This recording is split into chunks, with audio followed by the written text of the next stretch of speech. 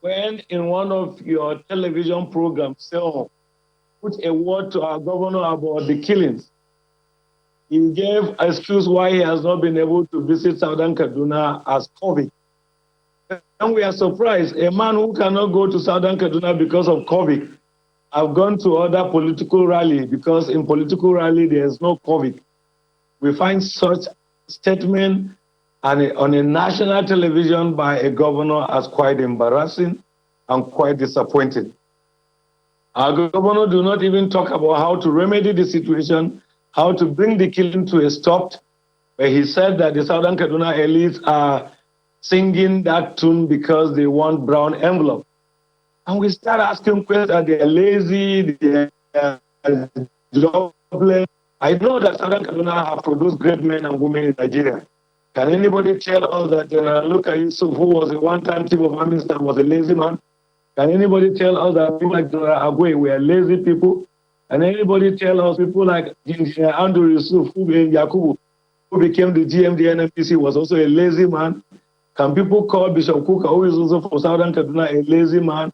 Apostle Emmanuel Kure, a lazy man? You see, when leaders fail to do their constitutional responsibility and want to abuse others and push blame, it becomes quite unfortunate. What we are saying simply is that people are being killed in Kaduna State, and we want to see this killing stopped. And government is the one responsible constitutionally to ensure that killings stopped in her state. But what we are seeing in Kaduna is the same system that's supposed to protect citizens is instigating citizens against each others. You will hear a group coming to claim that they are Muslim from Southern Kaduna, that hundreds of their members have been killed. And one question we ask is that when did the killing happen? Who killed when? We never heard that someone was killed so that we will go and commiserate with them. You only hear about killing in government house because the recent development in Kaduna State government house is that if they get visitors, it has turned to be a cinema house where they show them movie of dead Fulanis, and we don't know where, when. Because if someone was killed, we're supposed to know someone was killed, and then we will go and commiserate and also speak against those who killed. We don't know that we're only hearing it from government house. We find that quite strange. Our call is there is killing going on in Kaduna, which all people know is true. And this killing must stop. Kaduna citizens in southern Kaduna must be free to go about their normal businesses.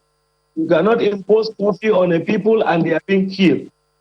I have said this in some media because it's quite unfortunate that our governor can send police to Lagos to arrest anybody who speaks against him.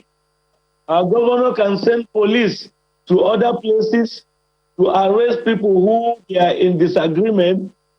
But our governor cannot security to southern Kaduna where killings are going on. He sent police to arrest Audu Mekori in Lagos for saying something that again to him is contrary. He sent police to Port Harcourt to arrest Kefas. He sent police to Sokoto to arrest an Islamic cleric. All he needs to do is to send such kind of security people to crisis places or places where bandits are having a field day in southern Kaduna and arrest the criminal. Meanwhile, an indigene of Kaduna State, Zubair Idris, makes some suggestions as well on what can be done to help stop the violence. The solution here is simple. The people must come together, irrespective of religion or cultural or tribal activity. They need to sit down and talk to each other. They need to remove politics from what is going on in southern Kaduna.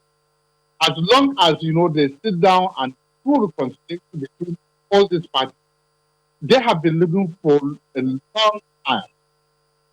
Right from, 17th, century, they have been living together. And I think for people who have been living together, and if you go to palaces, all these emirs or these chiefs in southern Kaduna, most of the people you see as palace guards, you see that they are either Hausa or Fulani. Most of them are there. So if these people they have this between them, and now the best way is for them to talk to each other and to remove politics and to remove any religious tribal sentiment. Once this is done and accept those who are there, Most of them, their grandparents were born there. As long as you now remove ethnic or this particular indigenous syndrome, I know that the solution of this is going to end. And there's not going to be any counter or reprisal attack. Those people who are there will start and identify the genuine people or the hardmen or the bandits that are there, so that at least they will have access to where they can rear their animals and what they do.